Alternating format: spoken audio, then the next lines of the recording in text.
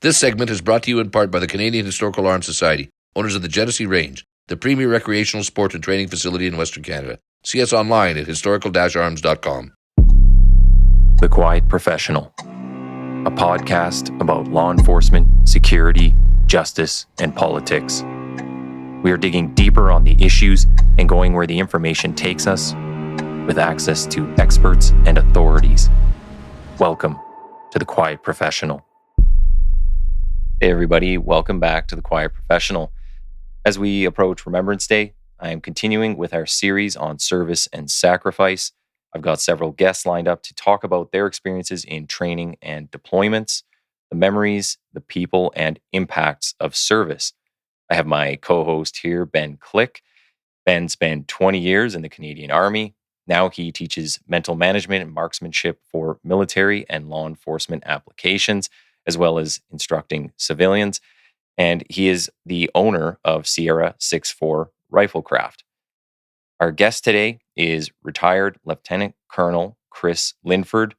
Chris is a 33-year veteran of the Canadian Armed Forces and was released from the CAF in 2014 for PTSD. Since then, Chris has battled back to good health by attending many Wounded Warrior programs and conducting his personal work. This led to him returning to school, where he obtained a master's in counseling psychology, and he's now registered in several provinces. Also, Chris is the co-founder of the COPE program, that's COPE, which is Couples Overcoming PTSD Every Day, and co-developer of the Peer Fundamentals program. So welcome to both you guys. Thank you. Nice to be here. Good to be here. Thanks for being a part of the series. We do these every year. 3 years now, I think, Ben? I think so, yeah. Yeah, 3 or 4.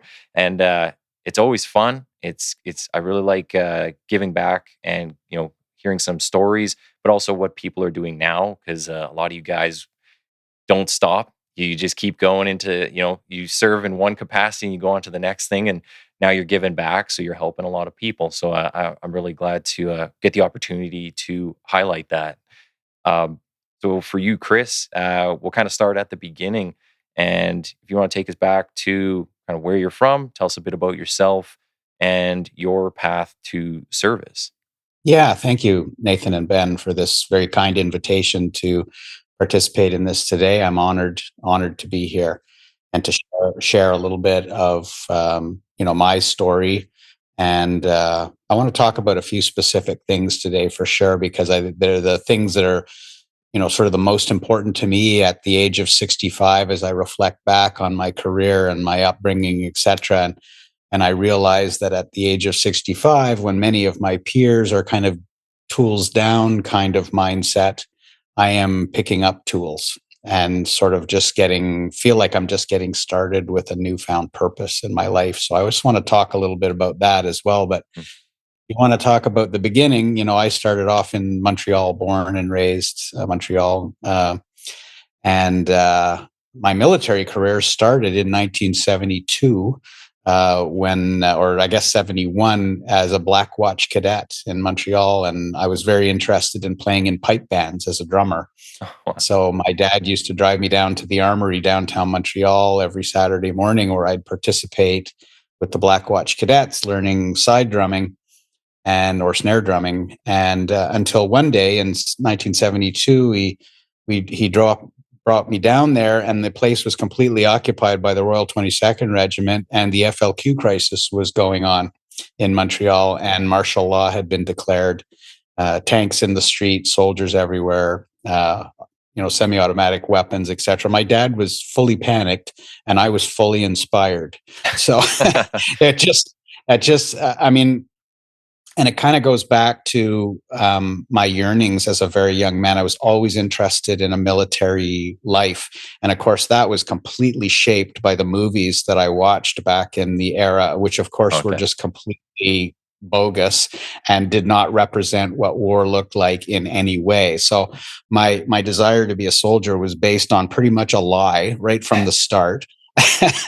Which I laugh about today. There were times when I didn't find it that funny. But that's what shaped it for me. And then finally, when my dad was transferred to Calgary in 1978. He joined the Calgary Highlander Pipe Band, which just happened to be a reserve unit. I didn't really know much about the reserves at that time, and I'd kind of let the Black Watch cadet thing fade into a memory, but I was still interested in soldiering and studied a lot about it all through high school, etc., and was always that guy who was interested in war history. But my dad, I was a little bit bored in Calgary. I had no friends, and he said, "Well, why don't you come down to the pipe band? There's a great bunch of guys there and gals." And so I went and stayed until 1988. Made my way up in the reserves to the rank of sergeant. Spending a lot of time in the pipe band, but just as much time with the actual regiment and going out on exercise and learning to be an infanteer, which I just enjoyed immensely, and could have seen myself perhaps joining the Patricias at some point and maybe following down that path. But yeah, I got this crazy bug with medicine when my band officer said, One Field Am at the time was at Curry Barracks in Calgary, said they're running a TQ4 Med-Aid course for like 11 weeks or something. So he said, would you like it? And I was bored and not doing much. And so I said, sure, I'll take that. But I was always a squeamish guy, so I thought, well, how's this going to go? I'm going to see blood and I'm not going to like it. It's going to be a bad show. But I went and I just fell in love with the way being a good medic made me feel. I just loved helping others. I mean, even though I was still interested in shoot 'em up stuff, I got very interested in patch 'em up stuff, and that was it was almost a bit of a conflict for me. I was being pulled in two very distinct directions. I was gonna say there's no movie for medics at that time, hey? Like there's no Hacksaw Ridge. No, medics were just completely unsexy. Yeah. They're like, non-combatants. How sexy could that possibly be? So, but I spoke to a really smart infantry officer with the Patricias at the time. And he was in his early 30s and his body was already failing him massively. And Ben, you can probably relate to that. It's just a hard job for an aging man or woman. And so I took that into account and started getting interested in paramedic, being a paramedic in Calgary. So I kind of hedged all my bets. I applied to nursing school. I applied to paramedic school, got accepted for both, and chose nursing because paramedics is, although really cool and sexy, pre-hospital stuff, where you're basically saving lives and sustaining it until you get to higher level care. It's a very narrow focus, very narrow task. Yeah. It's a few specific skills you're taught, and you do them expertly, and you will save lives, no question. But nursing is like opening a door to a hallway of doors, and you can expand off that. You can go in many different directions, many different specialties. Plus, you can do pre-hospital stuff, which I ended up doing with the military. So anyway, that's the route I chose. Went to nursing school at Mount Royal College before it was a university and got my diploma of nursing. And on the heels of that, I had already found out that there was such a thing as a nurse in the Canadian Armed Forces. And I went, huh? Like, great. So I was recruited by at the recruiting station downtown Calgary, but nursing had been closed for about 10 years. They were above PML or primary medic numbers for 10 years. They had too many nurses. Says we're not hiring any, but we think we might be next year. So keep in touch with me every 3 months. Just call me and see where we're at. So I did that. And lo and behold, I had graduated nursing school, started my first job at the Calgary General Hospital, which was blown up and torn down several years ago, but took a job on an AIDS and leukemic unit there. So I took, the hardest job in the world and worked there for about less than 2 months till I got the call and saying, well, we're hiring 3 nurses and we'd like you to be one of them. Oh, wow. So I went home, told my wife, who was at almost 9 months pregnant at that time, for the birth of our son. And I said, if I take this, there's a very good chance I will miss the birth. And so we thought, our first kind of marital existential conversation about, is it going to be okay for me not to be there for the birth of Jeffrey? And we agreed that we would manage. So off I went to Chilliwack, and that's when I commissioned and started on that path of nursing in the military, which was quite interesting. What year would this have been? 1988. So rough. Okay, it is all in 88. Yeah, this happened in 88. I joined the Reg Force, brought on board, posted to National Defense Medical Center, which is where all newbie nurses get posted at the time. You go and consolidate, become a military nurse, because being a military nurse is quite a bit different than a civilian nurse. There's many more skills you have to learn to do, because you work much more independently as a military nurse than you do as a civilian nurse. So I had to go off and do my basic nursing officer course in Borden and my intermediate nursing course, all of those things, plus language training and everything. So about a year later, I was ready to work after being recruited. I was going to ask, what do you find is the difference that you're mentioning between, I guess we'll call it the regular nursing job, and then when you get into the military? What is the distinction besides, I guess, working on your own more? Yeah, the independence required is quite significant, and civilian nurses just simply do not get that. It's basically sort of against the law to leave unless you're a nurse practitioner, which is a specialty degree, master's level that nurses today, it didn't exist back then in the late 80s, but it exists now certainly, and they work quite independently, and that's really what they were training us to be. So we had to learn how to, set fractures. We had to learn how to administer IV narcotics. We had to learn how to suture, because nurses generally don't do those kinds of things. It's usually docs doing it. So I got my chance, and was shortly after my tour at NDMC, consolidating all those things. I got posted to Cold Lake, which is, on the edge of civilization as we know it. And I got a chance to do all of these things, which was terrific. And of course, I didn't mention as well that in that first posting to NDMC, I was on the call-out list for the One Canadian Field Hospital, which is, the sort of, it's a divisional level asset, full up, Role 3 combat hospital. I was on the augmentation list for that. So in other words, if it got deployed, you get yanked for that. Okay. And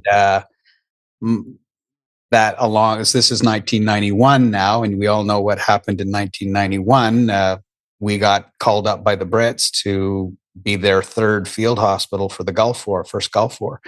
And my name was on the list, so I got pulled for that. And my wife was very pregnant with our daughter at that time, and she delivered 2 days before I left for the Gulf War. Oh wow! Okay. So yeah, I just got a chance to meet Jennifer, and 2 days later I was left. And there's a little bit of irony that kind of strikes me in this moment that I will share with you. My daughter Jen just gave birth to our third grandchild last night. Oh, well, congratulations. Yeah, so I'm a grandpa again for the third time now, and it was from Jennifer, who was born just 2 days before I went to the Gulf War. So, man, time passes. Yeah, I was going to ask too. So, but just before we get into talking about the deployment, what was your family? What did they think about you going on this path into the military? Were they for it? Were they against it? Because I know you're saying. Obviously martial law, FLQ, like all the stuff going on. Like, did they have a positive view of the military, a negative view? What did they think about your path? Yeah, it's a great question, and I can tell you, my dad had a really strange reaction to me being a nurse, let alone soldier. Okay. He had to get it took him a while to get his head wrapped around that one, that, okay, my son's going to be a nurse. It just wasn't, sort of gender. Yeah, there's not a lot of male nurses at the time. Except not a lot of, yeah. In on Civvy Street, the male nurse population is about 2%, but in the military, it's about 25 to 30%. Oh, okay. So it's quite a bit higher. So joining the military, for me, this was a huge open door for sure. And having a nursing degree, to go in and be commissioned. So I would have experienced all three messes at this point now, having, joined as a private and then commissioned as a sergeant. So I've bounced between all three messes. But my parents were very supportive of me going in the military. They thought it would be a good fit for me, given my rhetoric over the previous, 19, 20 years of my life. So it made sense for them that I would do that. However, in 1991, when the Gulf War came up and I informed them that I was deploying, I can tell you that there wasn't a lot of glee. Yeah. They were immediate, especially my mom. She was just incredibly worried, because she was a little girl sort of at the end of the Second World War and knew and saw what that looked like when soldiers came back, etc. My grandfather, her dad, served in the Air Force in the Second World War. So saw some of the impacts of that. So they were supportive but concerned. Let's put it that way. And my dad was a little disappointed that I had volunteered to go. He says, "What do you mean you volunteered? You were told to go, weren't you?" And I said, "No, this is a volunteer military, and I can withdraw that if well, why didn't you?" Like those kinds of questions were coming. And I was basically pretty firm and say, "Dad, this is what I do for a living. We train to do this, and now I'm being offered the opportunity to do this in an active war zone. It only makes sense to me that I would do it." There's little things when you go along those paths, and I think it back to my time with the RCMP, and just something as simple as they tell you 100 times you're going to go anywhere in Canada, right? Like they're letting you know, and I'm pretty sure they made us sign a paper maybe like 3 or 4 times throughout our 6 months at depot, and but the day when they're like, "Here's your post, you're going to wherever the hell," and you're like, "I can't even pronounce that name."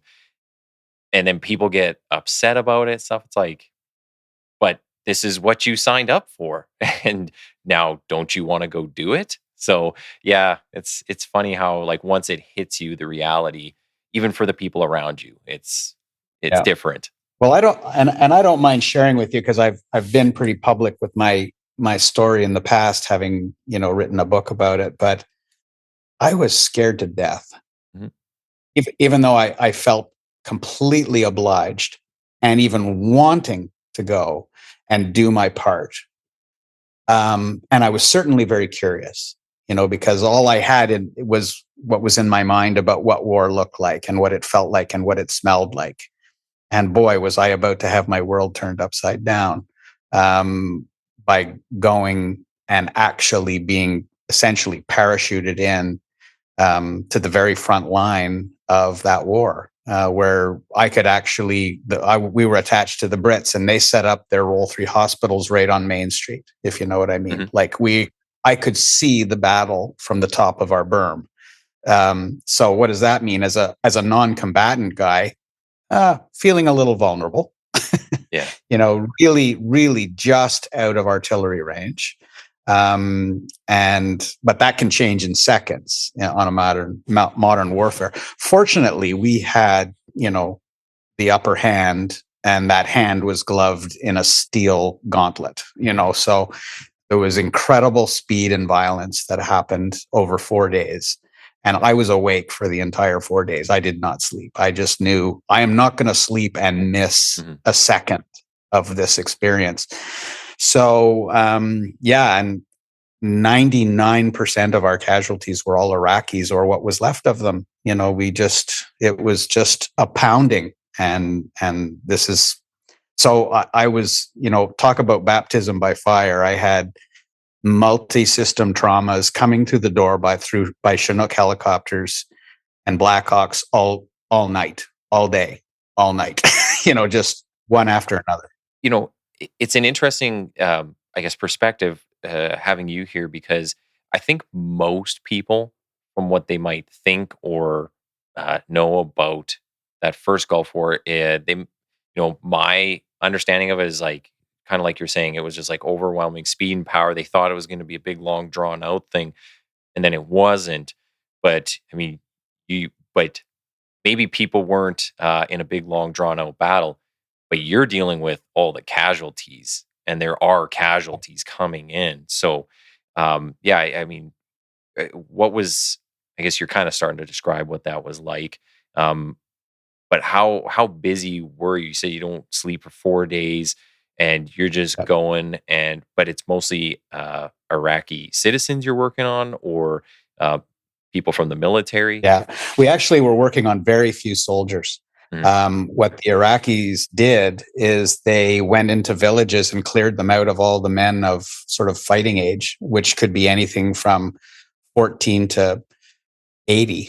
Yeah. Like they were farmers and business people, and they gave them a gun and put them on the front line as cannon fodder. And essentially they were annihilated by a very rehearsed, very efficient, and very violent military.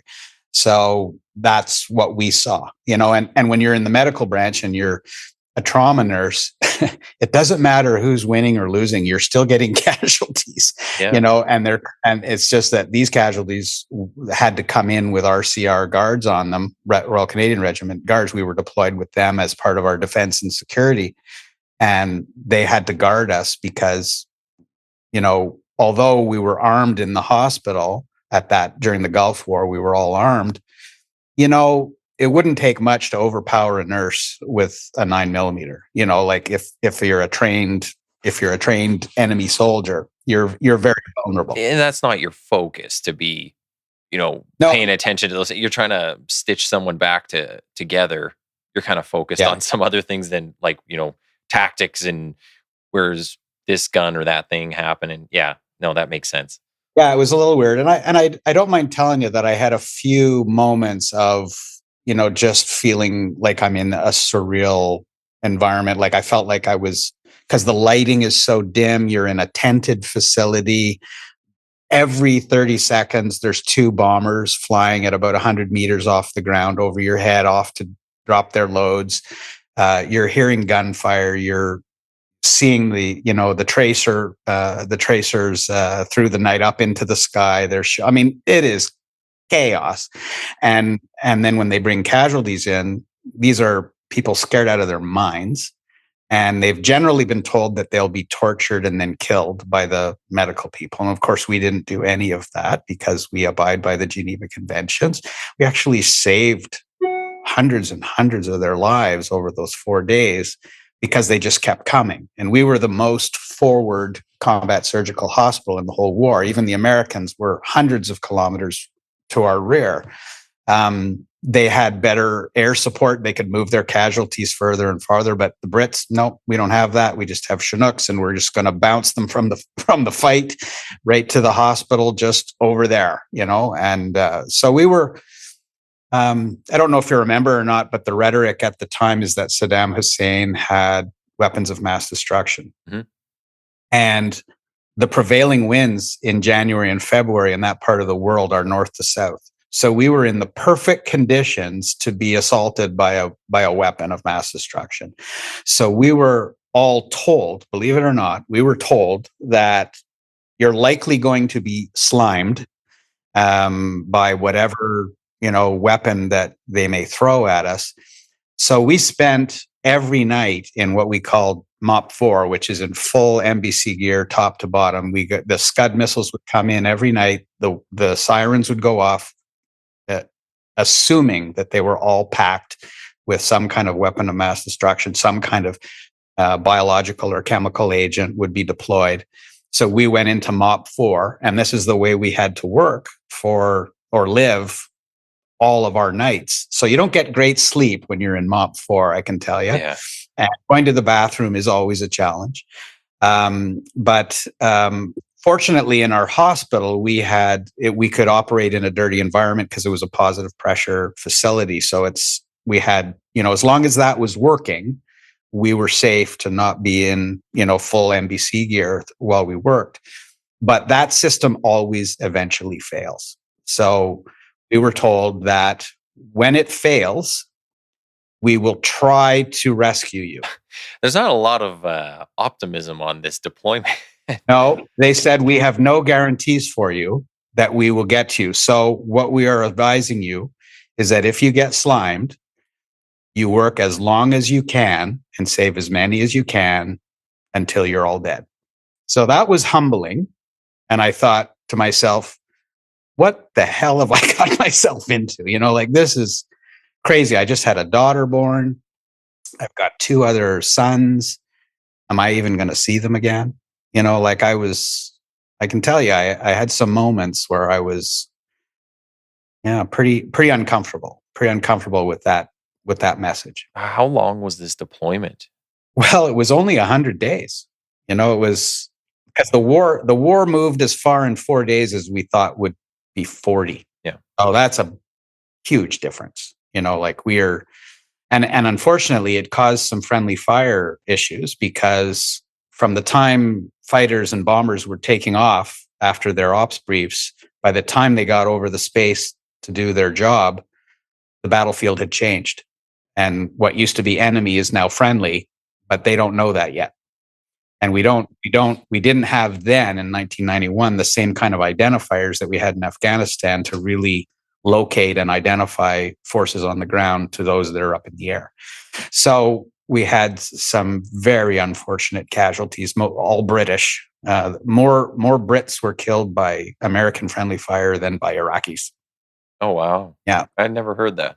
Yeah, it's not broadcast a lot, but that's a fact. And we, as the most forward surgical hospital, we saw, the results of that. So, when you're in it and you're starting to think, okay, what have I got myself into? Mm-hmm. Are you still seeing yourself finishing a career in this, or are you kind of already going, maybe I need a different job than medic or some other job altogether? It's a fair question, but I can tell you, I never once questioned that. When the 4-day war was over, first of all, I was relieved. And second of all, we still had more work to do because just because the war's over doesn't mean the casualties are coming out of the hospital. We got people, blown to bits. Yeah. So we are still having to care for them for a good month after the end of the shooting. And we had lots of interesting cases come in. They kept rolling in. They kept finding casualties on the battlefield that had been missed in the original sweeps. So we were just continuing. It's like Tuesday, where the war's over, but it's Tuesday and we still got casualties coming in. So we were super busy. I can tell you, I felt professionally incredibly gratified.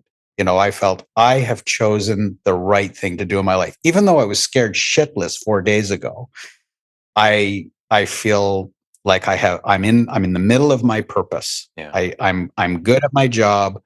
I was able to sustain it for the 4 days, without having to sleep. I worked 12-hour shift in the British Field Hospital. And then when they sent me home to bed, I actually went over to the Canadian Field Hospital and worked 12 hours there.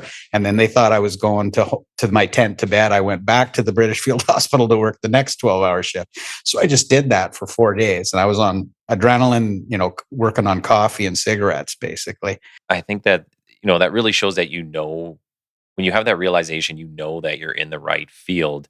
The unfortunate part of it is, and maybe at the time they didn't have this train of thought, but it's like, well, I'm going to have to sacrifice myself to help all these other people. And that's kind of the path I don't know if you're destined for or you're built for, or it's all of it, but.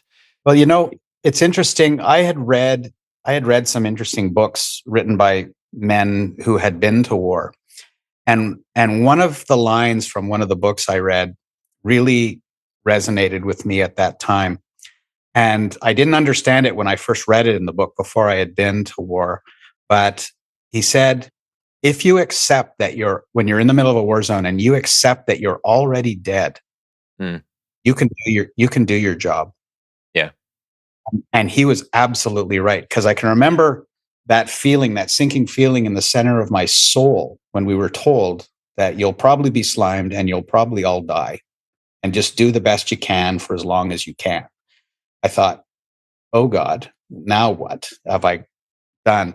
But having that, taking that, the premise of that statement on board, that you're already dead, I tell you, I was able to just put that on a shelf and take the next step. Yeah.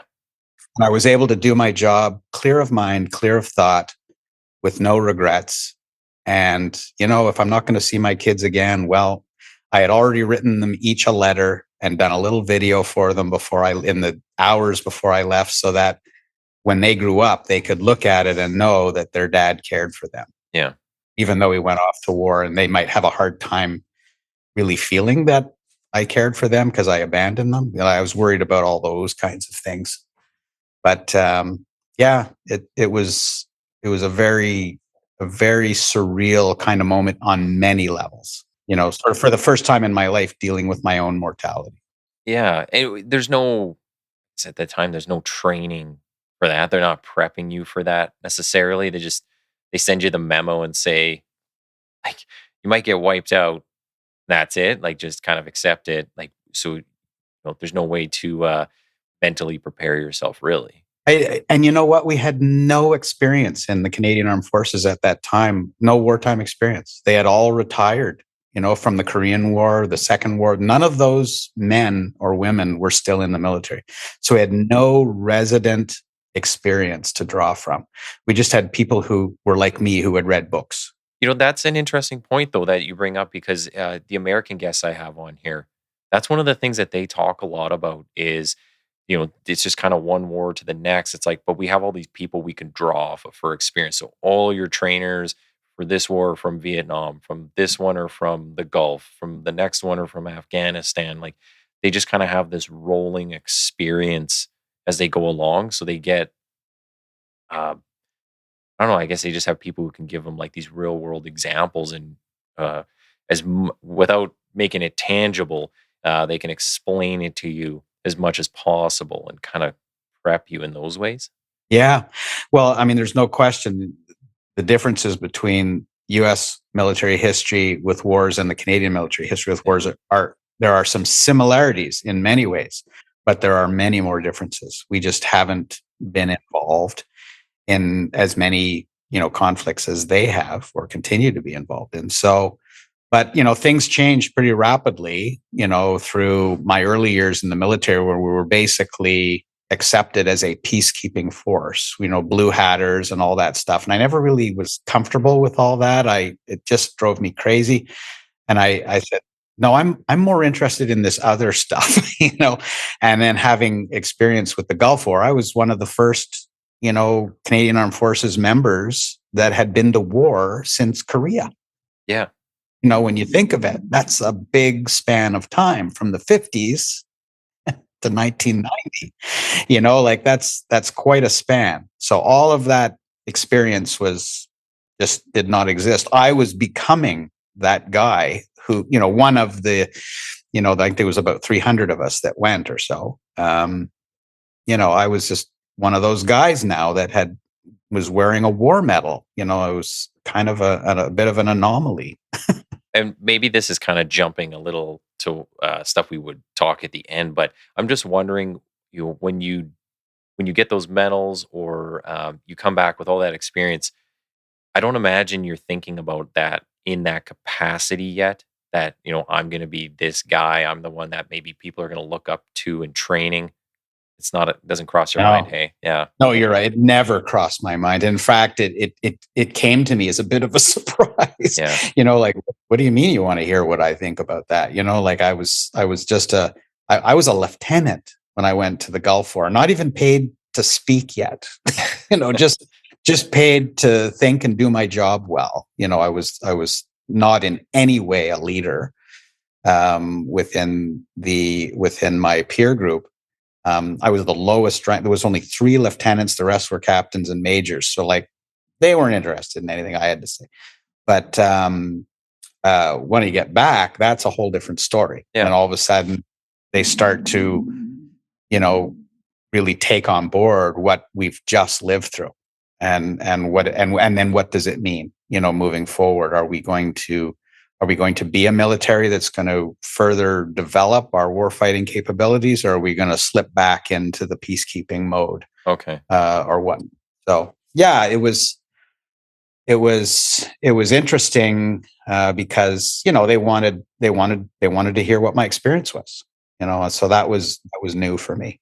When you came back, well, if you want to run through that, but also talk about what it was like coming home to civilian life, and you have family and kids now, but you've seen all these horrific things. So, how were you when you got back to the home life? Yeah, I'll speak to that, but I just wanted to say one more thing, as I'm leaving the Gulf War, and there was a big takeaway for me, as a nurse. I was profoundly surprised at what a human body could take and not die. Yes. And also profoundly surprised what little it would take to kill a man. Yeah.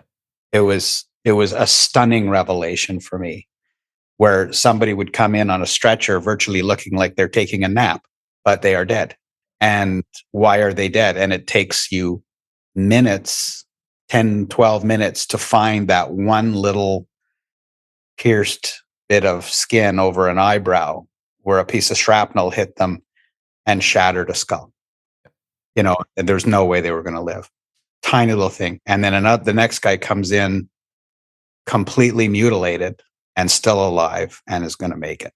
It just was a really weird experience for me. We see the same thing in policing very much. It's I've seen people where you can't see the hole. You lift their arm up and they got stabbed in between the ribs, and it's just the tiniest little prick from a knife. Just the tip of the knife just popped your heart like a balloon, and you're gone.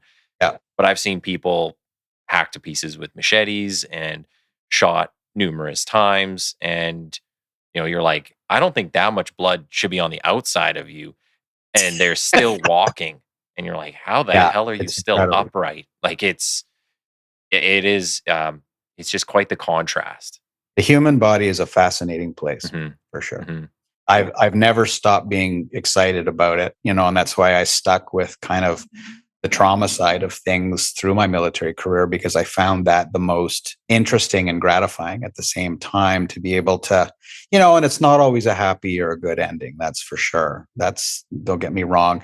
It's sometimes the ending is very sad, but for the times that it goes well, you're very pleased about, but also the times that it's not going to go well, when I've played a role in helping somebody leave this world with some dignity, by not trying every frickin' technique possible that would make them nothing but more uncomfortable, but to actually triage them to pry for and just let nature take its course and leave them with some dignity as they depart. That to me was very satisfying. So you asked about what it was like to come home. Yes. Yeah. Very strange, very surreal. Again, we came home on the old 707 that flew out of, I forget where we took. I think it landed in the desert, believe it or not. And we all piled on and went home. And we circled around. We were going to all land in Ottawa, and there was a big celebration of arrival. They had the CF-18s were escorting the 707, and we delayed our time over the Atlantic to meet the politicians' timings, which I thought, oh man, here we go. Big dog and pony show. Meanwhile, my family's on the ground, haven't seen me in, a couple months, and I've been through a war, and we're being told to wait on the plane and just circle around Ottawa a couple more times so that everything on the ground is good. Anyway, it's just one of those political things. Yeah. But landed and seeing my wife and, brand new baby that I had only seen for a couple of days was certainly probably some of the happiest I've ever been. And just to be appreciated by Canadians in general, like the outpouring of support and admiration, and I just really felt quite patriotic at the time. That we had done something. I knew that I had been part of something way bigger than me, and it felt incredibly satisfying to have that. And of course, my family was ecstatic that I'm coming back with all 10 fingers and all 10 toes, and I had no experiences of any sort of mental health injury at all through that experience. It was just nothing but positivity in the middle of an absolutely chaotic and violent event in my life. It was insane when you think about it. And it sort of reminded me of what I had read about what trench life was like in the First World War, living in holes in the ground, in the trench, in the mud and everything. I mean, we were out in the desert, so it wasn't muddy, but it was very dark and dingy. And of course, the air was full of acrid smoke because, of course, the Iraqis had lit everything on fire. Mm-hmm. So my white Tilly hat that I was issued for the desert became very black and gray, spotted, and we're, of course, breathing that all day long. So yeah, the Iraqis were kind of taking a run at us at that point, I guess, trying to leave with a bang. Yeah. And they certainly did. So it was a bit weird. On the day they lit the oil fields on fire, I was on a truck convoy moving north to the location where the field hospital was, and it was dull and dingy in the morning, but by noon the sky was black. It felt like midnight, but it was noon. Crazy. So very, very surreal. When you're saying that when you come back, though, like the political environment, they were looking at changing some of maybe the posturing, I guess you would call it, of the military, and just kind of what they were trying to figure out their identity. Can you talk a bit about that, and at least from your perspective, what you saw or what you know of? I don't really have a grip on what was going on politically in Canada at the time. I don't really remember what was happening. I was pretty much caught up in this particular event in my life, which was, a huge pivot point.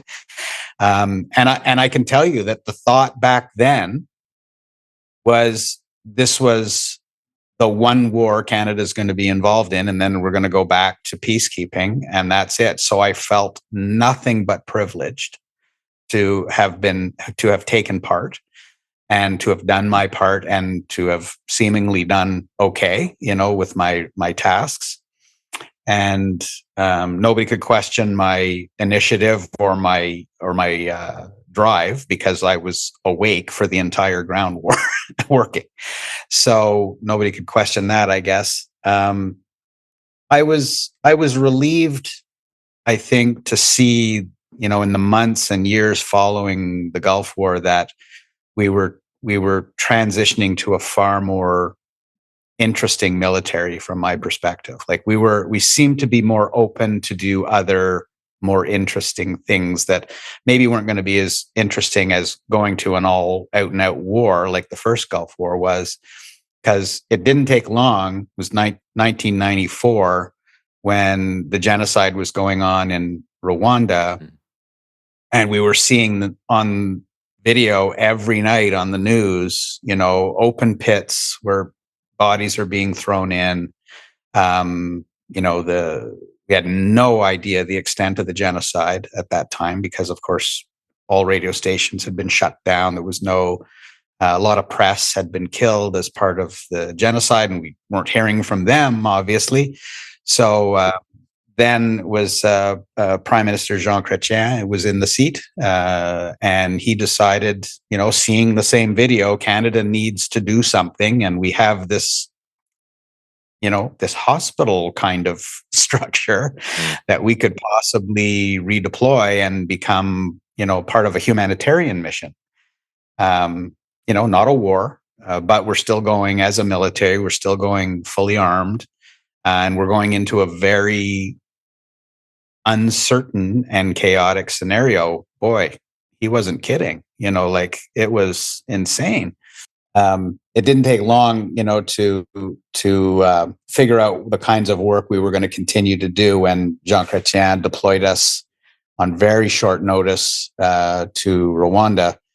To basically, our mission was to set up a medical facility under canvas, not the same as a Role 3 combat hospital, but we took elements of the Role 3 combat hospital that were in storage with us. It was actually a task given to 2 field ambulance in Petawawa.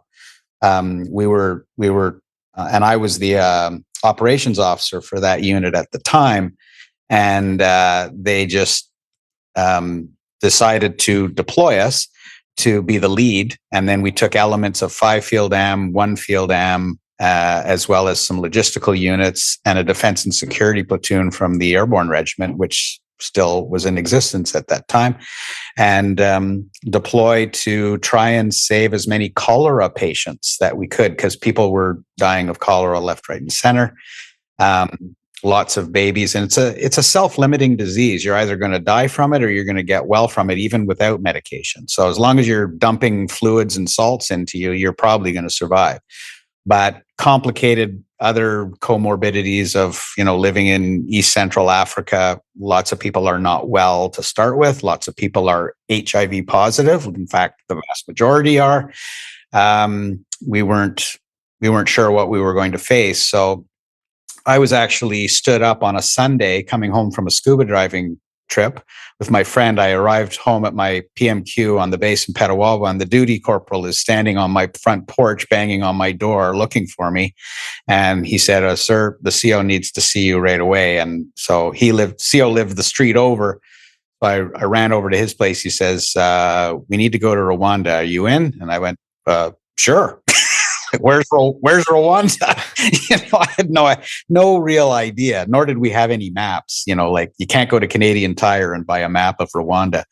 So anyway, we scrounged up some stuff, and the recce, I was part of the recce. We left Tuesday. So stood up Monday, left Tuesday with about 12 of us. And we flew to Kigali, to Nairobi, Kenya, civilian airline. And then, we flew by then the brand new 737s on that were on our inventory. And then from there, we linked up with a UN mission, Canadian UN mission, flying out of Nairobi, Hercules, and they flew us into Kigali the next day.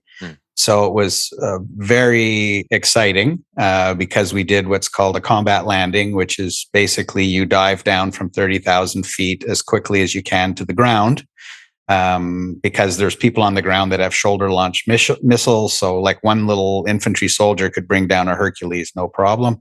So you basically dive down, and at the last minute before you crash into the earth, you level out, you land, and you push everything was on a wheeled system on the strap to the floor of the Herc. So everybody's pushing off, goes on the ground, ramp goes up, plane takes off. So, they didn't want the plane on the ground for very long because it was a very, tenuous and dangerous potentially situation for a high value asset like that. So they get going very quickly. You're already starting right into day one. It's already scary stuff happening. Oh yeah. and that was just day one. Yeah. Okay, here we go. And you start to look around. We're in the middle of a airfield. We're not anywhere near the kind of like there was a airport there. And it was completely bombed out and burnt and shot up and, pretty bad shape. There was keep in mind, no government, no police force, no real kind of political infrastructure there at all. There were some Canadians on the ground as part of a UN mission. General Dallaire, you may have heard of him. He was running a mission there out of Kigali, and he was ordered by the deputy commander of the army to take care of us when we landed. To kit, we're a recce, 12-person recce. We need vehicles, we need ammunition, we need food, water, that sort of thing. So he complied and helped us out to get started to do our recce, because we needed to find a place to deploy our tented hospital to help to be of the most value. and we knew it wasn't going to be in Kigali. So, Chris, your recce group, as I understand it, is a group of experts moving ahead of the main group of soldiers, and your job is to find a location and assess the situation. Is that correct? Yeah, thanks, Ben, for clarifying that, because a lot of people wouldn't know what a recce is. But I was part of this team that goes in to assess the scenario. What's the safety like? How are we going to manage people coming in? Because we're going to need about 250, 217 or so people coming in. How's that all going to work? And the idea was 2 weeks later, the main body would start to arrive. All of our equipment was loaded onto airplanes, Aleutians. We called it the Aleutian solution. Russian Aleutians that were bought by some civilian agency. Terrible airplanes, really old, leak. They don't hold air pressure very well. They're just awful.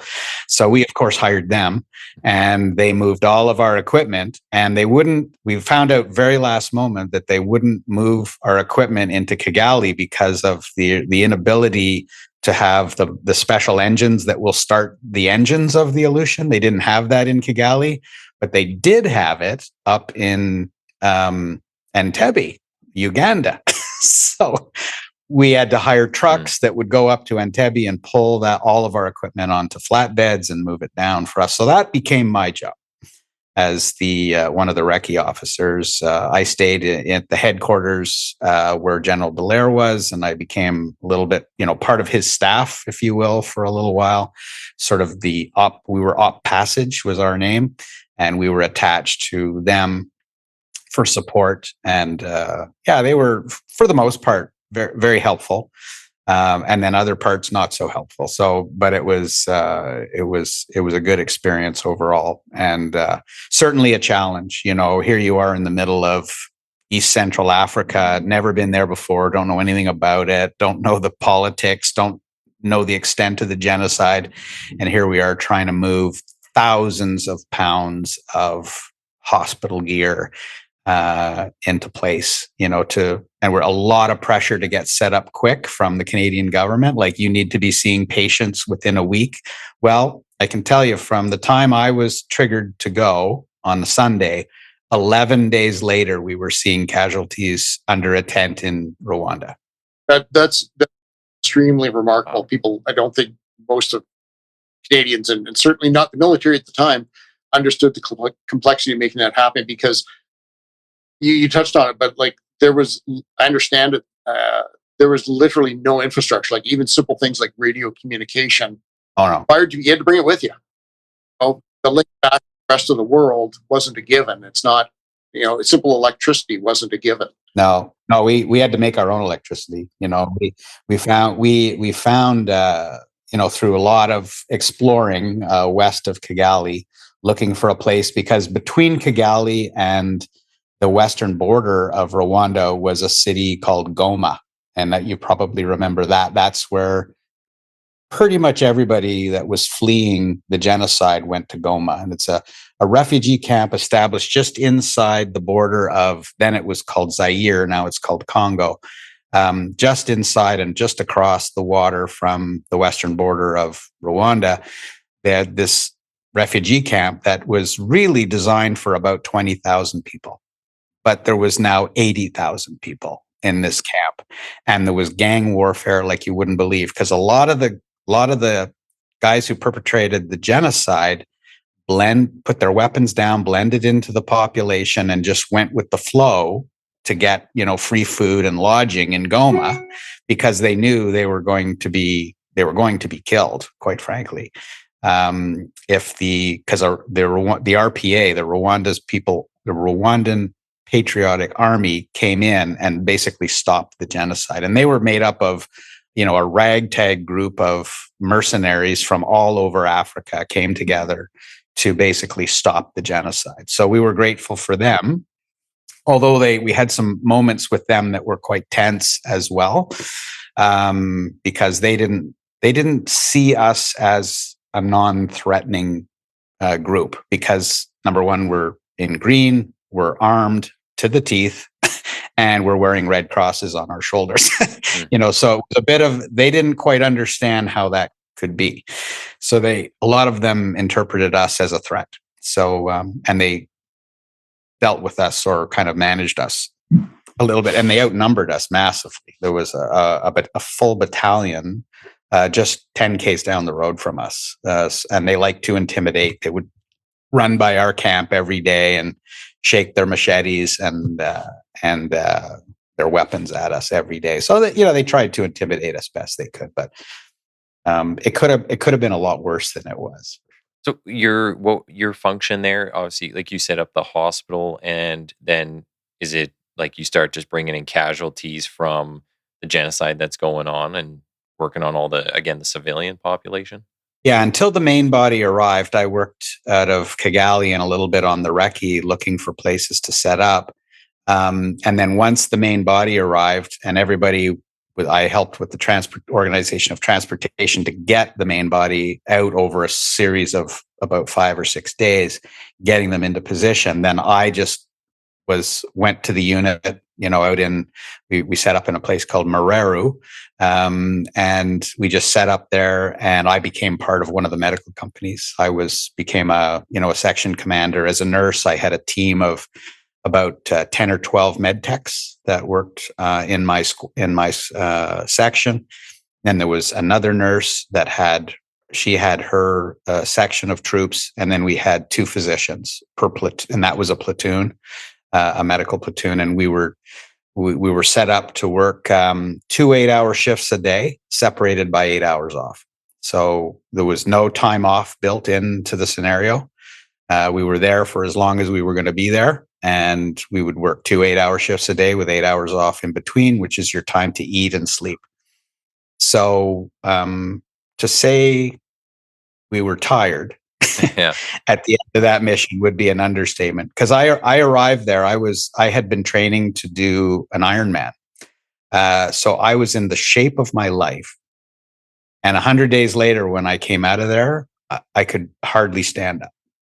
Wow. I was just physically and emotionally done. Yeah, 8 hours isn't a lot.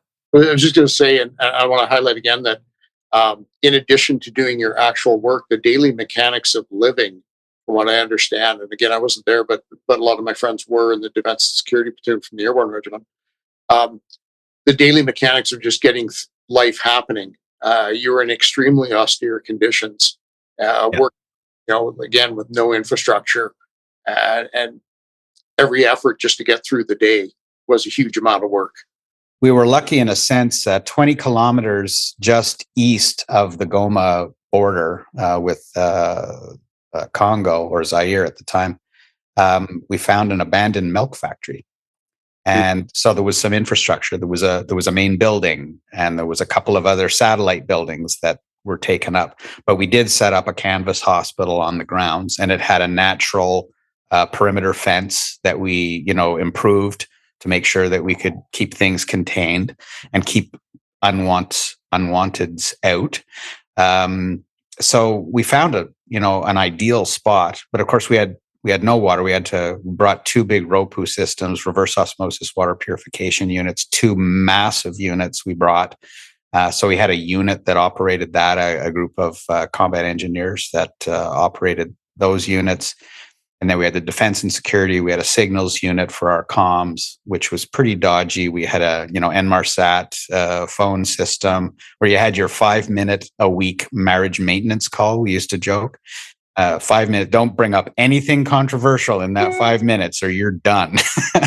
So you just, hi, honey, how are you? I'm good. Hug the kids. See you. Talk to you next week. That was basically all we had. Well, I guess people even when you were saying there, Ben, like 8 hours in between is, it's not 8 hours at home here in Canada where it's like, oh, I just got to run here. I got my car. I can go do all these things. It's like, it's not safe. You got to prep for the next day. You got to do all these other things. So your 8 hours off is not off.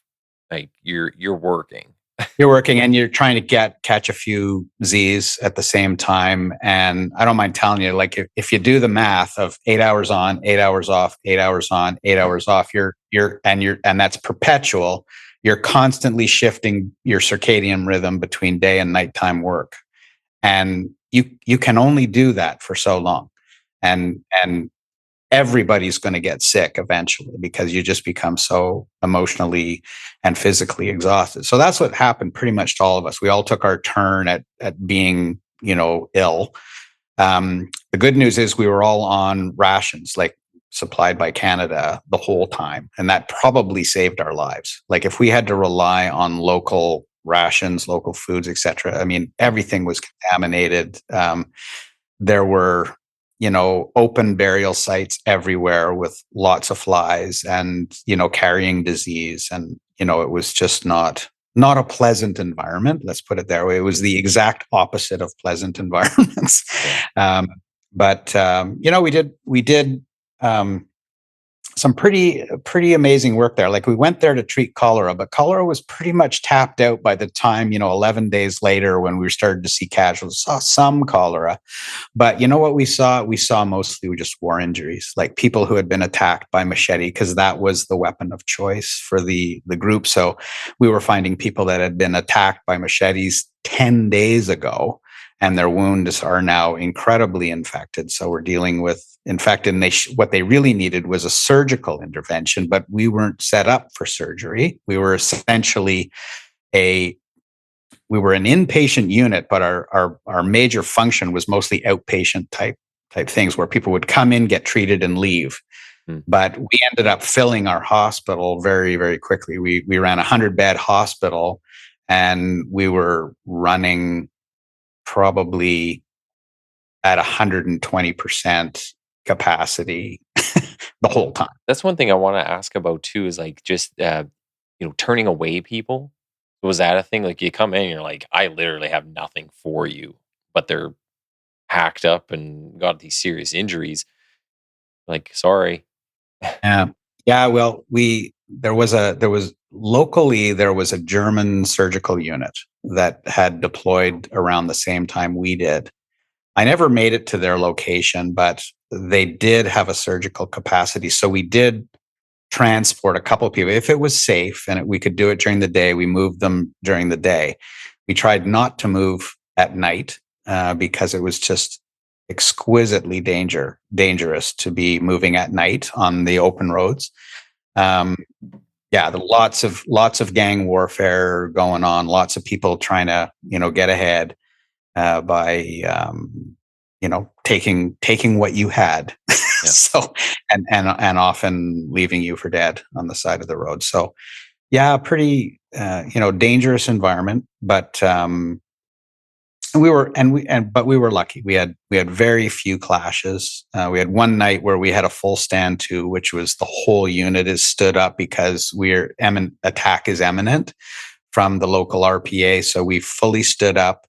And we had rehearsed our escape plan, which was basically all the medical people are going to jump on deuce and a half troop carriers, and we're going to head towards the Zaire border and walk, basically a 20K walk after the road ends to get into Zaire.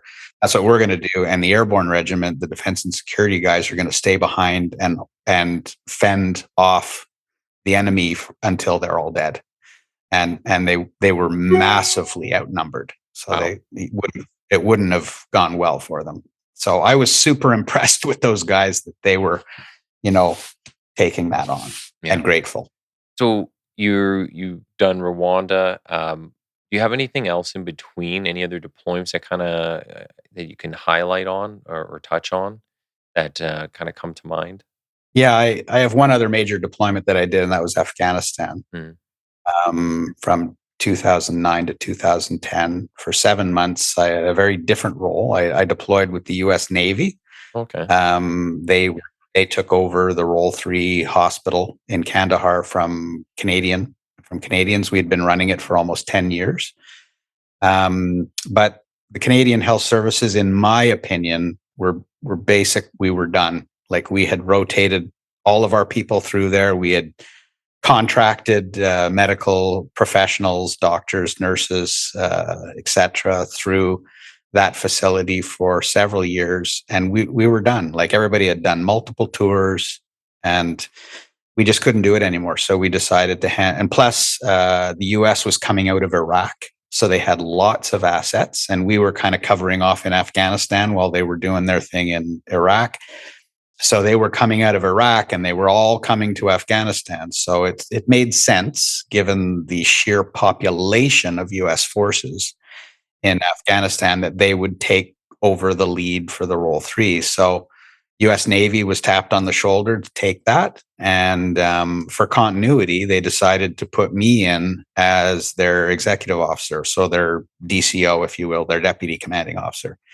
So I was put in as sort of like I said, the continuity guy. I'm there as an advisor, been involved in this war for several years, knew the ins and outs of the hospital, the relationships we'd set up with locals, etc.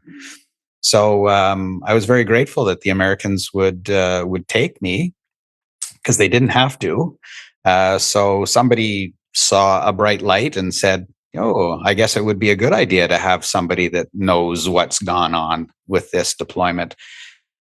So I was really lucky. And then, much to my surprise, shortly before deployment, my US Navy boss, who was a full Navy captain, Darren Vi was his name, an anesthetist, very, very smart guy, and super good human. He was given responsibility for all medical assets, all U.S. medical assets in southern Afghanistan. So he turns to me and he says, "Well, you take the hospital then." So he was away a lot with the command master chief, who's like the RSM, regimental sergeant major. They were gone off in Blackhawks, almost all the time. So I was left to run the hospital. So here's this Canadian lieutenant colonel sitting in a full colonel's job, and I've got 6 U.S. Navy full, Navy captains reporting to me. Wow.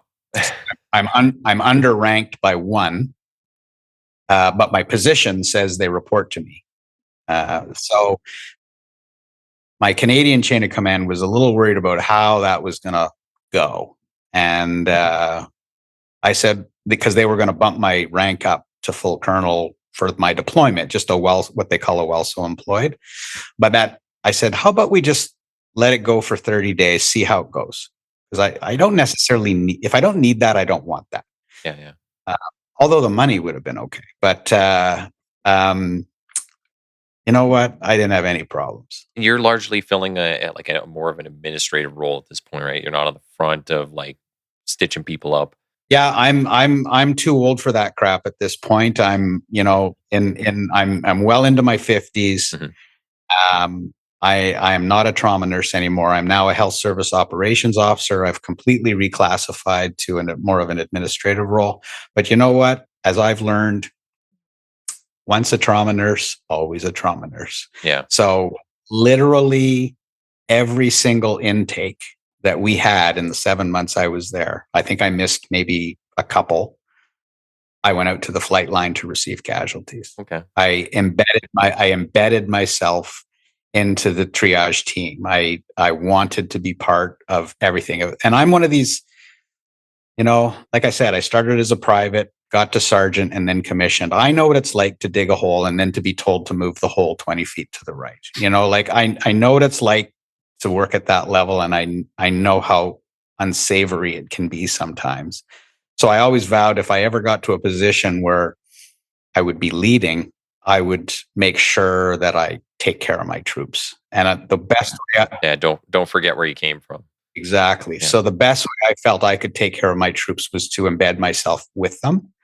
And if they're facing adversity of people coming off of Blackhawks that are blown to shit, I'm going to be there with them and I'm going to help them. Yeah. So that's it's just the kind of guy I needed to be. There's nothing special about that. I think that's just good leadership, is to show your troops that you're willing to have blood up to your elbows as well. And Nathan, I'd say a better word than an administrative position is a command and leadership. And what Chris is talking, real leadership. Yeah, thanks, Ben. It's just who I am, and I can't not be that. Yeah. So, and did it serve me well? Yes, and it also served to injure me very deeply. I was injured. One thing I didn't mention about my Rwanda deployment, that's where I got PTSD. Okay. That was 1994. I came home profoundly changed. Didn't have a clue what was going on with me, but all I knew was things are different. I'm reacting differently. My personality has changed. I'm super angry all the time. I have no patience for my wife and kids or the dog. Like it's the wheels are coming off the wagon. But I waited and covered for myself. I hid in plain sight for 10 years until 2004 when, I'm not yet at Afghanistan, but I realize I am in trouble. And I realized that I was posted to Barrie, Ontario, at the base at Borden, and I was the deputy commandant of our medical school, military medical school, driving to work one morning, and this very clear thought came to my mind that I should drive into the concrete wall at high speed. And I went, what was that? Holy crap, like scared the hell out of me. So I drove right into work and went to my office. I think I cried for about an hour because I knew I no longer have, not only are the wheels coming off the wagon, I don't even know where the wheels are. And I'm just really suffering and had been for quite a while. And I went to see, I knocked on the base surgeon's door and she invited me in and she says, well, I've been expecting you. So she saw something that was going on, but knew that I probably wasn't open to hear it. Was there, when you mentioned Rwanda, though, is there like a specific event? I always wonder, this is a specific event that you can name or like a time that you remember that you think that was caused by, or is it just like a buildup of everything? Yeah, I have both. I have sentinel events that I know injured me. And they're basically, moral type injuries where I was asked to do something and had to do something that went directly against my morals and values. Okay. Not only as a human being, but also as a professional medical guy. I was asked to abandon two men on the side of the road that were dying. Mm-hmm. And I could have helped them. But because of the imminent danger of the sun setting and being on the wrong side of the wire at night, that would have endangered many more people, I had to abandon these two guys. And you know what? I resented my CO's order when he gave me that order, but I learned to appreciate it later in life when I was myself a CO, because I was just a captain back then when that happened to me. And he was a lieutenant colonel. When I was a lieutenant colonel and a CO of a field am like he was, and then in command in a field of battle, I know decisions like that have to be made that are for the greater good rather than what seems so right in the moment. I think it's a very good point, and especially being in I'll say a supervisor position that I'm in now, and we go to very critical events. We just had one the other day, and you have to make some calls about what we're going to do tactics wise. Who are we sending in? Are we even going in? And you can see like some of the people I have to liaise with, so supervisors on the ground who are directly involved with commanding some people, they start to ask you questions, and they're like, well, why don't we just go do this? Like, well, because there's for all these reasons. And you can tell they're like, well, I want to go get this done now. And you're like, well, that's not the safe option. And it's like, well, there might be one person at risk, maybe two, but I got to think about the 60 that are in this room. And we can't just go bursting in there for all these reasons. So, yeah, I kind of see what you're saying. It's like, as a constable, so lowest rank for our police service, I would have been the one who's like, let's just go in there and get this done. And that's the end of it. But now, having been through a lot of those experiences and then seeing them go good and bad, and then being in the supervisor chair where you got to make the call, it's like it is a different world. I think a lot of people, though, and if you don't take the time to kind of reflect on that, Or if you have those suicidal thoughts, you're not going to allow yourself to get to that point where you can look back and go, okay, now I see why this was done this way. It's not my fault. Choices have to be made, whatever it might be. But you got to allow yourself that time to get to that stage. Just unfortunately, some people take their life before then, or whatever else might happen. Yeah, yeah. I mean, I resonate completely with your story, and really, it has a lot to do with my maturity as an officer at the time, and a maturity as an officer in a very dangerous environment at the time, which changes everything. So it's one thing to make all the right decisions on exercise or when you're practicing all this shit, but man, when the dirty rubber hits the dirty road, and there's, like I like to call, lead in the air, or potential lead in the air that's going to endanger you or your team, making the right decision sometimes doesn't sit right, for the long term. And I had to manage this through my own therapy. I had to go back and I had to process that event, and then take on board recognizing, my resentment for my CO at the time had to go away, because he was doing the best he could with the tools he had on that day as well. And I suspect if he was on this call with us, he would say, yeah, I was uncomfortable with the decision, but we had to do it. Mm-hmm. So yeah, it's sort of ironic as well that later in my career, I was faced with similar decisions that had life or death attached to it. And I've, you constantly go back and you reflect on them and say, oh, was that right? And we could argue both sides probably equally. Both can be true, Chris. And we know you and I've talked about this before. Yeah. We can give cognitive assent, and it makes logical sense for a decision to be made, and it's the right decision in the time. And also equally true is it is still morally wrong. Yeah. Still morally wrong. It can be the right thing to do and also still feel morally wrong. And both, and that's where the tension comes from. Yeah. You had asked me whether there was one event or was there like a multiple of events that built up over time. So that was my first event in Rwanda. It was within 24 hours of being on the ground that happened to me. So I kind of like had my little Canadian bubble pop right at that moment, thinking, holy crap, what have we got into here? Like, this is just pandemonium and chaos and incredible danger and potential for violence. And, I don't mind telling you, I was pretty freaking nervous for quite a while there. We were armed, but not armed as well as some of these young kids were, who were all hopped up on alcohol and drugs, manning these unauthorized checkpoints. And they were just trying to get whatever they could get from us. So I went through quite a few little old army watches, little Timex crappy green strap watches. I gave away a lot of them, and that got us through a few checkpoints. But, they wanted a can of a jerry can of diesel, or they wanted, water or whatever, food. So we gave them what they wanted just so that we could get through these places. But there were plenty of other events, too numerous to go through here, that compiled over time, and basically got me to a point.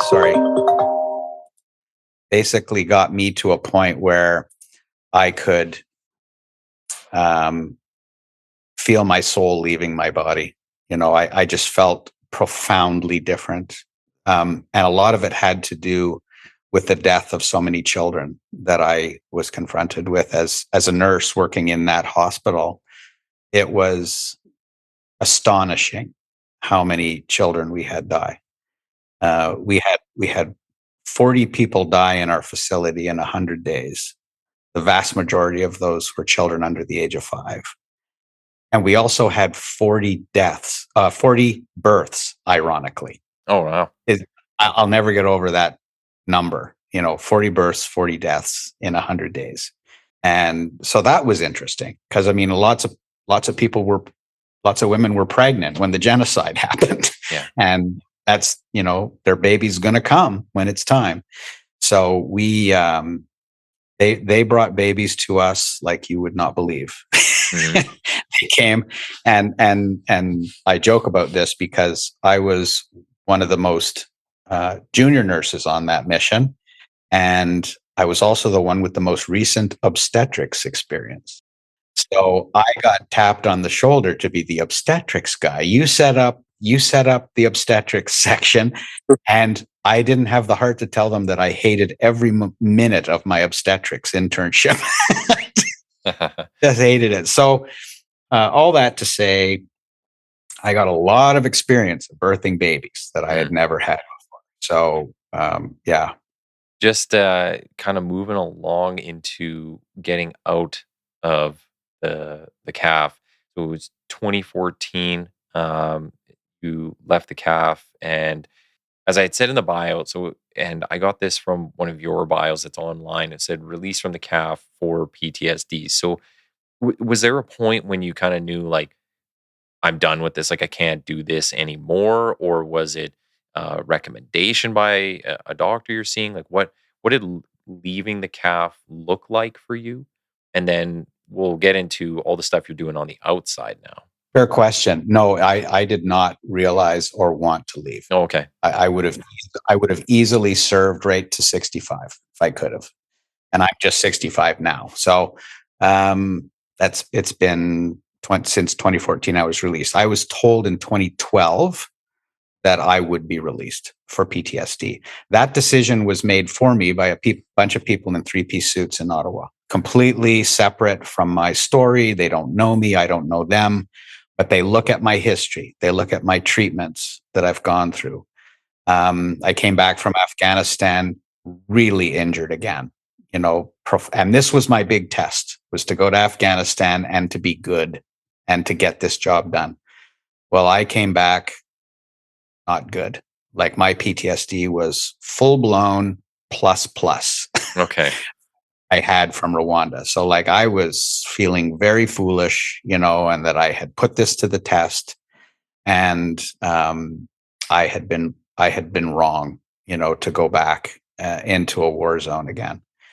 Because of the way I do it, I could have sat in my office and been totally separated myself and isolated myself from the chaos and the violence and the carnage that was happening in my hospital.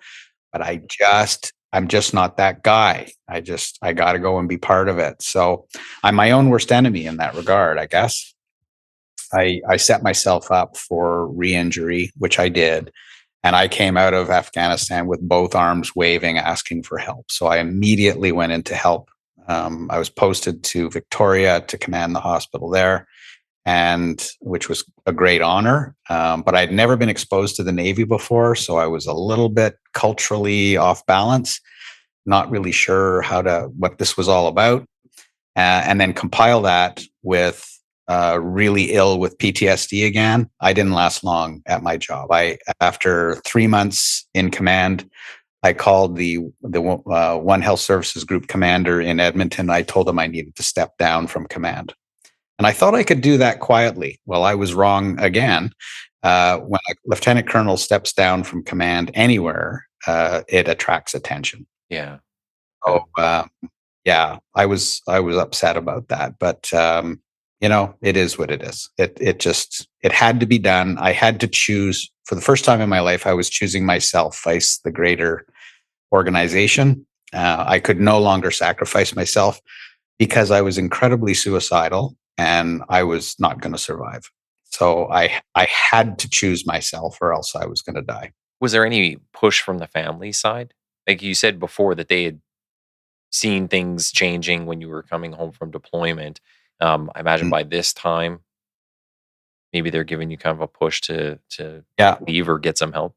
Well, my wife, Catherine, had been very supportive since my diagnosis in 2004. She really understood it. I never felt judged, by her, which is something I was certainly concerned about, was being judged by my spouse, the one person that you respect the most. If they judged me, that would have been sort of a death blow. But I never got that. I got nothing but support and curiosity, like, what can we do to make this better, etc.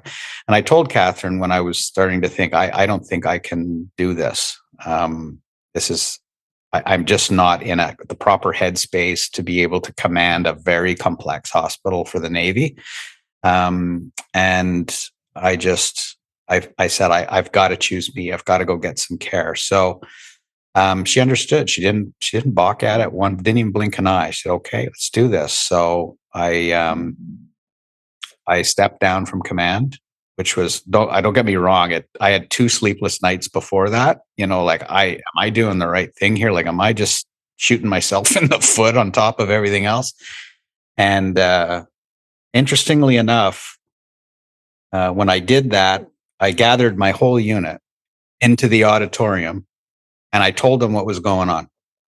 And I started off by saying, "I'm so tired of all the fucking hiding. Mm. I don't want to hide anymore. So I'm going to tell you what happened to me." So I told them all, and there was like privates to colonels to civilian Calian employees, health services type folks. There was probably 200 people in that room. And I just told them. And then I handed my command over to Dr. Roque, and I turned and went out the door. That's the last time I've been in that building. Do you find that made it okay for them to not be okay, though? Like, it must have, if you're telling them the truth and you're saying all these things. It's funny you should ask that, because over the last many years since I did that, I've had people come up to me that I don't know. Yeah. But they come up to me and they said, "I was in the room that day that you did that. And as a result of you doing that, I went and got help." So I thought, okay, that was a win, because I was so worried about how that would be perceived. I was still caught up in judgment or fear of judgment. And were there people in that room that judged me negatively? Probably. I don't know. And this is my I don't care face. Yeah. Like, I really don't care what they thought of me. I did then, but I do not now. And hearing young people that were in that room that came up and said, "I went and asked for help because you did. You were clean about it." That to me is a win. Like, I'm so glad I did that now. Yeah. That was one, and if I look back across my 65 years, that was one of the best things I ever did. That was a huge thing to do, Chris. Many people, I think, and I'd like to think that I'd do better, but I know I probably would have just slunk off into the darkness if I were in your situation. The fact that you did it openly didn't just affect the people in the room. Like, say, when a lieutenant colonel steps down, it's noticed. And your active leadership gave social permission to so many people to do that. Yeah. Thank you for saying that, Ben. Everybody right across the military. And it did give, if a man of your experience and stature could do that, it gave, like I say, it gave professional and social permission for a lot of people to do the same. Well, thank you for stating that, Ben. I appreciate that very much. And because it is something I've, thought and second thought and third thought many times over my career. And I spent a lot of time with that piece as well in my own personal therapy. And I'm totally good with it now. I'm, especially after hearing it reinforced that helped somebody, then that's good enough. That's good enough for me, So, yeah, that was an important part. So you're out of the CAF, and right now you work with wounded warriors. Can you talk about just some of the transitions? So you go from the military into what you're doing now and some of the programs that you're a part of. Yeah. So I'm super lucky because I actually had a process to follow as part of my transition out of the military. I immediately was adopted by actually the Veterans Transition Program out of Vancouver, which was a group trauma program that I attended while I was still serving, but under the care of a psychologist in Victoria. And I realized there's no way I would have done group work. I'm just too embarrassed and I'm too private about my injury. One-on-one's going to be good, but then something told me that I should give this a try. So I did. And that was a huge pivot point. I realized, okay, with my one-on-one care, I was at about the 85% solution of healing. And this extra group work was the extra 15 I needed to get, to 100% of health again. So I just got more and more interested in that. And through a series of events, my time at Veterans Transition Program ended, and I went over to Wounded Warriors Canada. If I could ask real quick, just because you're talking about the group stuff being kind of that final piece, Why do you think that is? Like, what's the difference between talking one-on-one with somebody as opposed to in a group? Yeah, one-on-one, the focus is always on you. But in a group of similarly injured people, all sitting in a circle, and judgment is left at the door. You don't have to explain how you're feeling or why you did X, Y, or Z. Everybody in the room gets it. And then when one person goes to the place of vulnerability in their experience, that literally cracks the seal for everyone else. And all of a sudden, in a very short period of time, you're getting people making massive shift in their healing. And I can tell you, as now a trauma therapist working those circles, and Ben, you've been in the circles with me many times, it is exquisitely satisfying to see somebody who could barely get in the room on day one, crossing the threshold of the program, to go to a place of a little more calm and connection with others in the room, slowly but surely, then go to a place of vulnerability and see them do a piece of work and see that shift. It changes their face. It changes the way they carry themselves.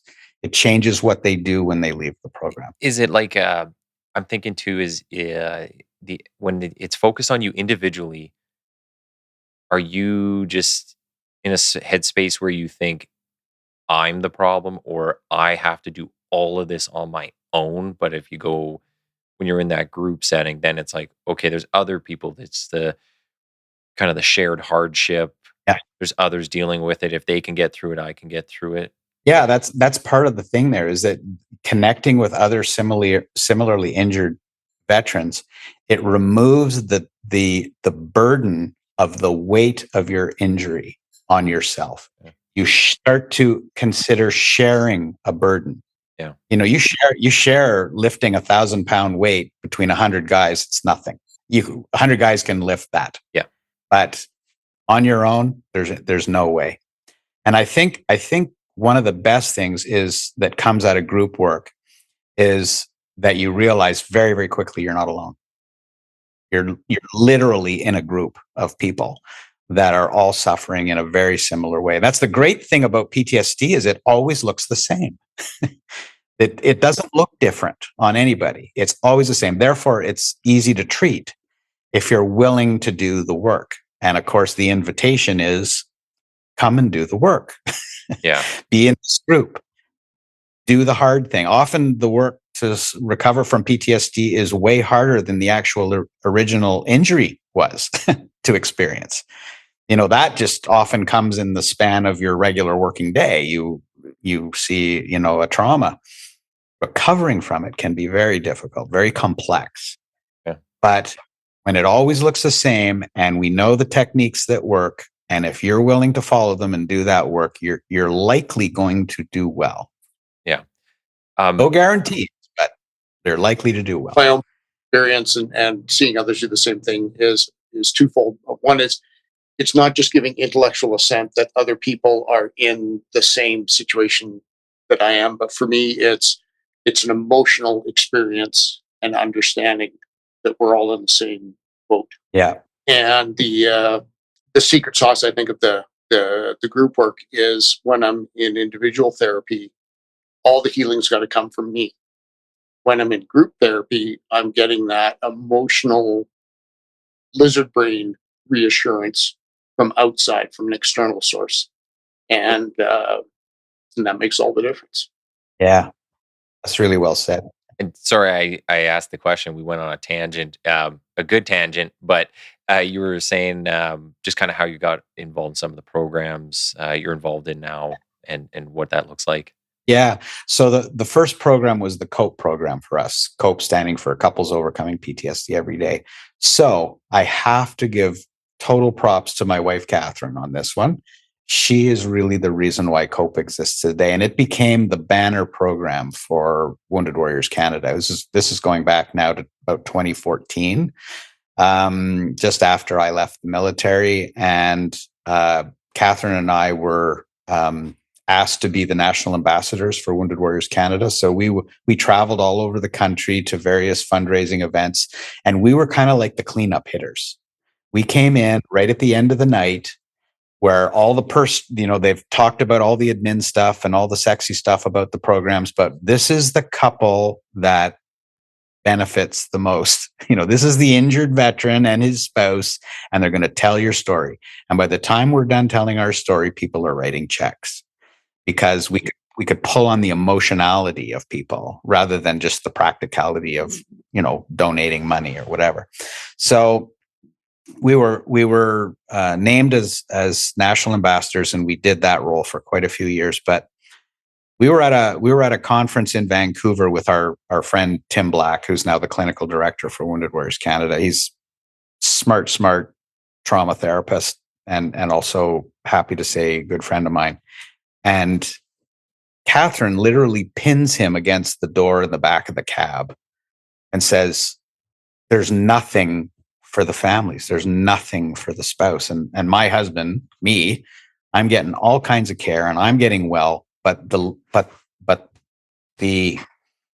gap in our relationship was growing.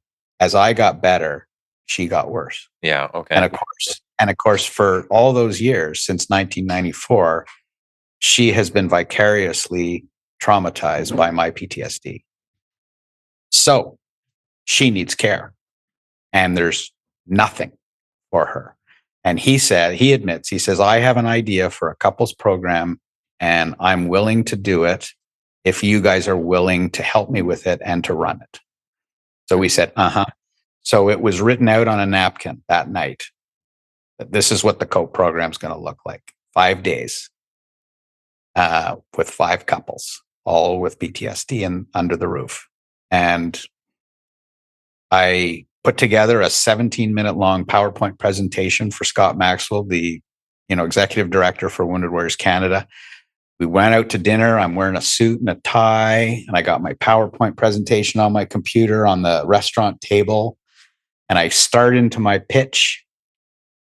And about 4 minutes in, he puts up his hand. He says, "How much money do you need? This is exactly what we want." Wow. So he wrote a check for $160K that night, gave it. And we ran 5 programs over the following year for that money. And that was super cheap. We couldn't do it for that money.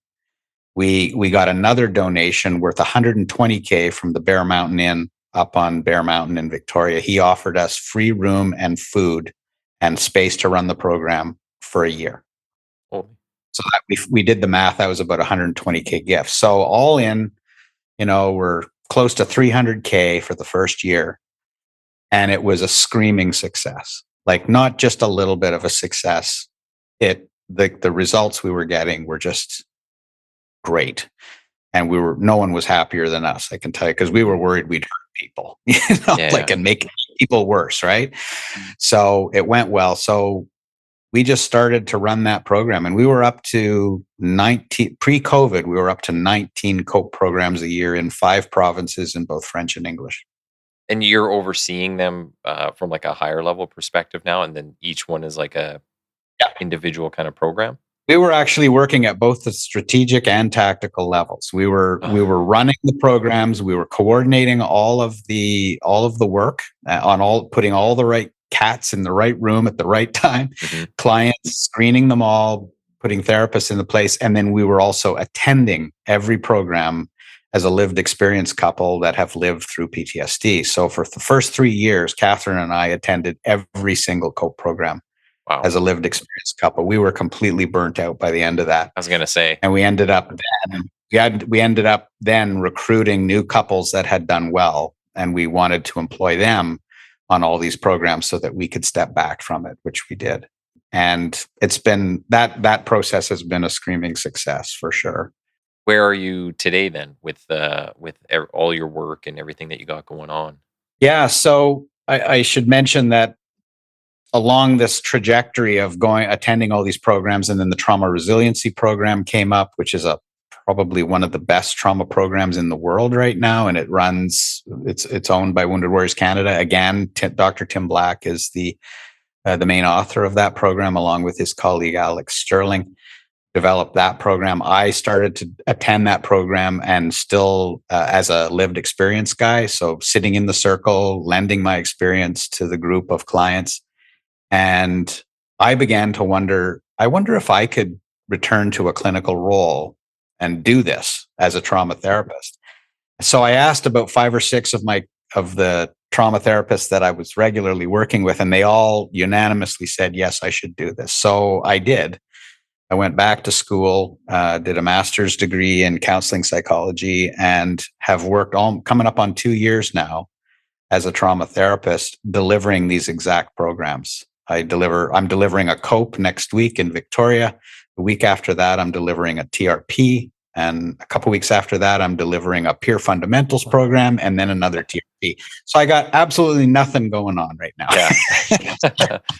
I'll say, you know what would give me PTSD is going back to school. Not a chance in hell. That's not in my plans. I still have nightmares. I tell you, and you know what? They lied to me, right? They said you should look forward to about 20 to 22 hours of work a week. Well, that was just a bold-faced lie. Yeah. It was closer to 40 hours a week. But you know what? How many people do you run through then through these programs? Like, how many people are you touching on? And this is right across the country. I mean, the numbers got to be pretty high. Yeah, I've stopped counting, quite frankly. There's just so many, and it's not really. I remember that first year. You're just racking them off, and you're counting all the numbers, and you're seeing how much we're getting done. I had to stop counting. It was just too much. Like, we're in the thousands of people through COPE. We're in the thousands of people through TRP. Both veterans and first responders together. We finally got a chance to mix those two groups, and that was the best thing we could have ever done.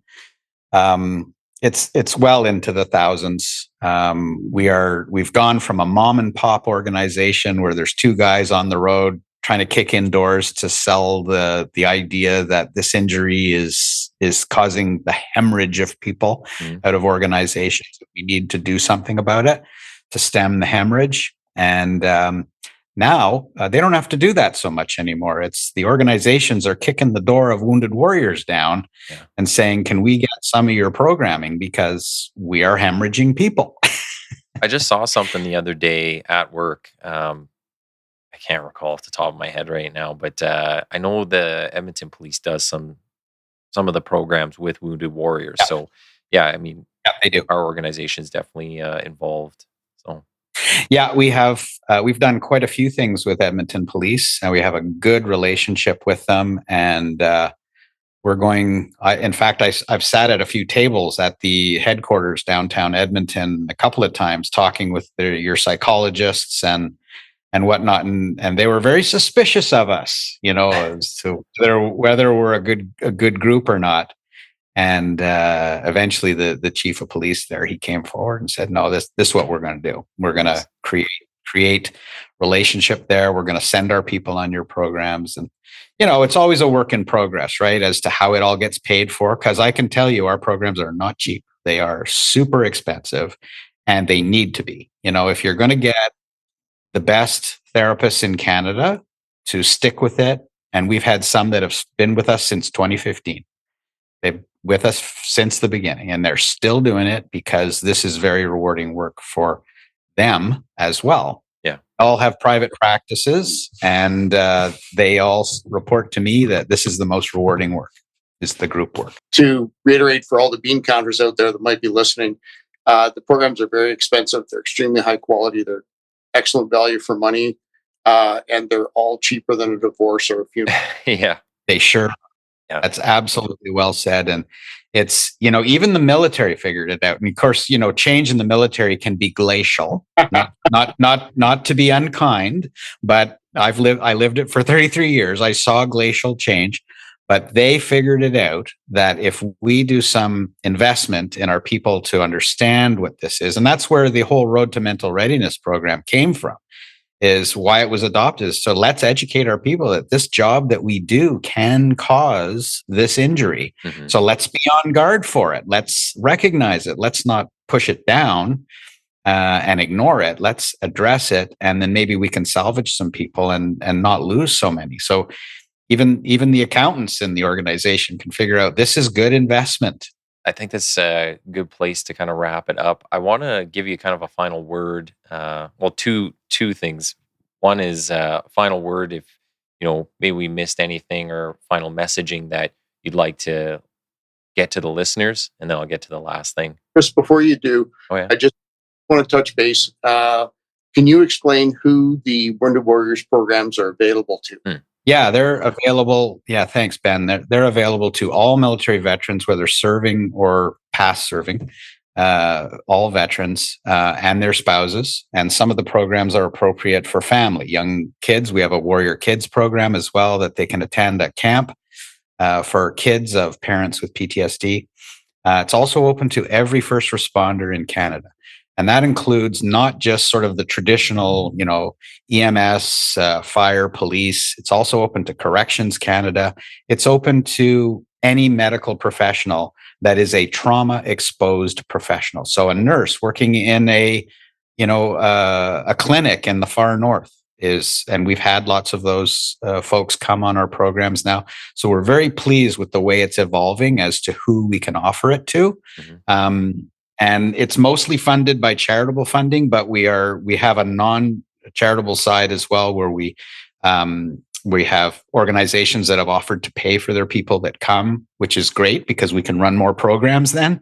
Because for everybody that comes with a paycheck, we open up another position on another program that's paid for by charity. So it doesn't disadvantage anyone. Right. So yeah, that's who it's open to. We started with military veterans. Yeah, at one point it used to be only military veterans that it was open to, and we had lots of first responders coming to us. When will it be open for us? And CRA really controlled that, because of how we fundraised. It had to be spent on veterans, so that was good to get that. I just want people out there to hear that if you think you might be eligible, give it a call. Woundedwarriors.ca is the website. All the drop-down menus, you can read about all the programs, read about all the staff that are involved. It's a very light on the ground organization. There's not many full-time employed employees. We try to put most of the money towards program delivery, and that's kind of been our bailiwick all along. But one of the last things I would like to communicate is, I was thinking about this interview the other day and talking about it with my wife before I flew out here to Ottawa. And she says, "What do you want people to know?" And I said, "Well, I want people to know that anything is possible." When I look at the trajectory of my life and my injury within my life and how it almost took everything, including my life. I almost lost my kids. I almost lost my wife. I almost lost my life. And I've been able to pull myself up through that by doing the hard work, committing to the work, committing to the suck that is sitting in the emotions of this injury, and letting the suck be there rather than pushing it down. Just embracing the suck, doing the work. And you know what, guys? There's nothing special about me. I've had a really good military career. I've had some highlights and I've had some lowlights, and I got injured along the way. But the big message is, if I can do it, anybody can do it.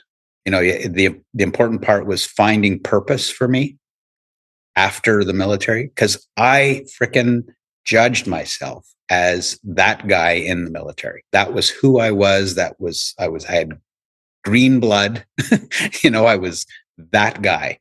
And that's how I defined myself as a man, as an officer, as a human, as a husband, as a father. I was that military guy. But I've since found out, since doing all my work for PTSD and getting to the point where I could go back and do a master's and then do this for a living, I really found that this is actually and I had to go and do all of that stuff and get injured and recover to be able to do this with the kind of passion and purpose that I have for it. So I think that's my message, is to don't give up, even though you might not be aware right now of what your new purpose might be. If you've been released from a police force or a fire department or EMS or corrections or the military, those skills that you've achieved during that time when you were doing that job are very useful on the outside, or maybe entrepreneurial, where you can create something new, be creative. And you can do that even with PTSD, because I still have it, but I'm very healthy. I'm healthier than I've ever been in my life, even with PTSD. You know what? I mean, sometimes it takes a little longer to find your true calling in life, and people do have to go through hard things to get to that step. So I want to say I appreciate your time and being willing to share all that with us. And I'm sure this interview will help a few more people. So I really do want to say thanks for being on the show today, and obviously to Ben for convincing you to be on here. So it's good recommendation. But yeah, and the website is woundedwarriors.ca. And I'll put all those links up so people can find the work that you're doing and look into some of the programs. But really want to say that thank you to both you guys for being on the show. Yeah, and thanks to you, Nathan, for hosting, and Ben for the invitation. I much appreciated. I don't do a lot of this kind of thing anymore, but it seems to be on the uptick these days, which is maybe a good sign. People are, there is an appetite to learn about this injury rather than hide, which is very encouraging to me, because when you expose it to the light, it doesn't live very long. Okay, we'll hang on the line for just a couple minutes here, and we'll say bye offline. Gotcha. Hey everyone, thanks for listening in and following along with the discussions. Be sure to click the follow or subscribe button on your respective listening platform. Also, check out the Quiet Professional on X and Instagram under TQP780. And most importantly, please share where you can. Everyone has a part to play in getting these education and information pieces out there, so pass it along. Thanks again.